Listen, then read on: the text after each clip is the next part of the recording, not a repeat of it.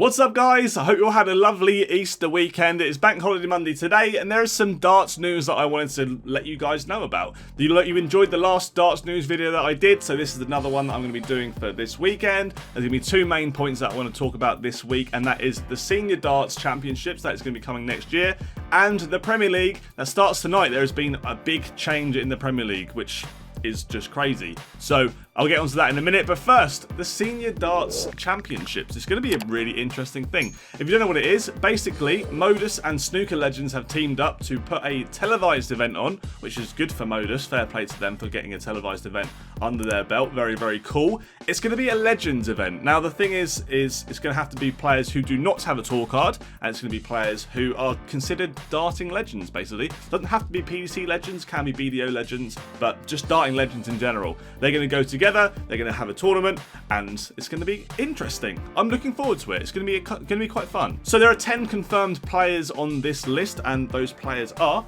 Martin Adams, Andy Fordham, John Lowe, Bob Anderson, Richie Bennett, Keith Deller, Dennis Priestley, John Part, Les Wallace, and Phil Taylor. At the moment, these are the ones who have been confirmed on Twitter and wherever, but that's only 10 players. I would assume that they're going to be going for 16 players, but they could potentially even make it 32 players.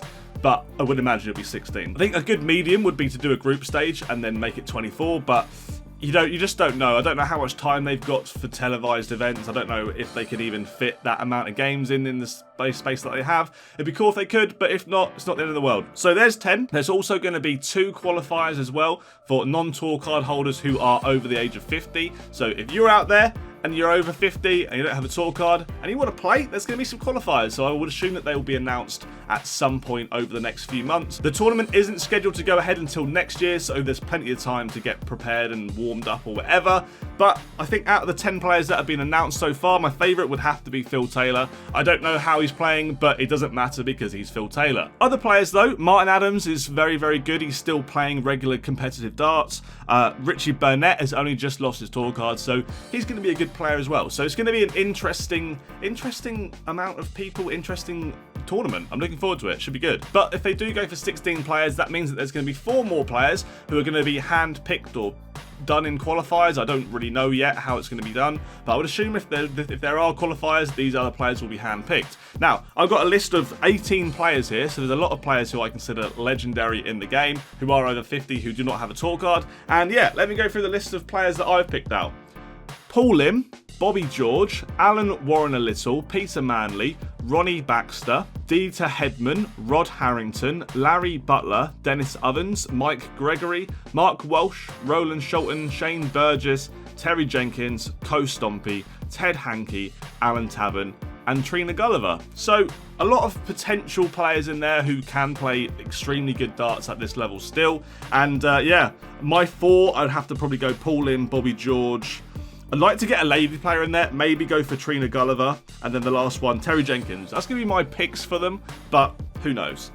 Who knows? Let me know your thoughts in the comment section below. Who would you pick to have the last 4 or the last 6 spaces in that lineup? You can pick players who I haven't read out. You can pick whoever you want. The only criteria is that they are over 50 and they do not have a tour card. Now, obviously, as well, next year there will be people who lose their tour card, or the end of this year, there will be people who lose their tour card who also are over 50. So there might be a few places and few people who will come in quite late into the tournament who might not have even been considered, but all of a sudden they've lost their tour card.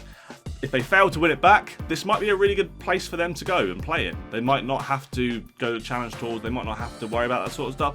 Maybe they'll just go and play in this. It would be interesting. It would be cool to see. Now, for the second part of this video, we're going to be talking about the Premier League, and there's been a big thing that's happened literally this morning. Gerwyn Price has tested positive for COVID-19, which means that he is completely ruled out of the Premier League. He will have to miss the first week, and I guess they've just decided that they're just going to replace him because that's what they've done. So there's no Gerwyn Price, who, unfortunately for him, world number 1, favourite to win a tournament, and he's not going to be playing in it now, which is just crazy. The world number 1, the world champion, isn't in the Premier League. I don't think that's ever happened. I don't think that will ever happen again. But he did post this on his Instagram story last night, and I must admit, if anything looks like COVID in a box, it's probably this meal. This looks disgusting, not going to lie. Hope it didn't taste too bad, but it doesn't look good. So the question is, who is going to be replacing the world champion, world #1, favourite of the tournament? Now, there's only a few names that I think could have replaced him, and those names were James Wade, Dave Chisnell, Michael Smith, Christoph Ratajski, and Merv King. They're the only players really who stand out as top level players or very informed players right now who even deserve to even be spoken about, but they've gone with James Wade, which I 100% agree with. I think he's the best player out of those players, and he is world #4 now. He just won the UK Open not long ago, and he deserves it. He deserves Premier League. So it'll be interesting to see how James Wade gets on, someone who has been dropped out of Premier Leagues before, and this year he got dropped out of the Premier League despite being one of the best players, and then he gets put back in it. So guys, let me know in the comment section below. Number 1, who do you think is going to be the final 6 players in the Legend event? And number 2, where in the order of merit do you think James Wade is going to place? I must admit, I think he's going to place the top half. I think he's going to place 5th or above. I think he's good enough, and I think he probably will. So let me know your thoughts in the comment section below. Thanks for watching the video, guys. If you did enjoy it, subscribe to the channel. Thank you very much if you have done that already, and smash a like on it, and I'll see you guys in the next video. Goodbye.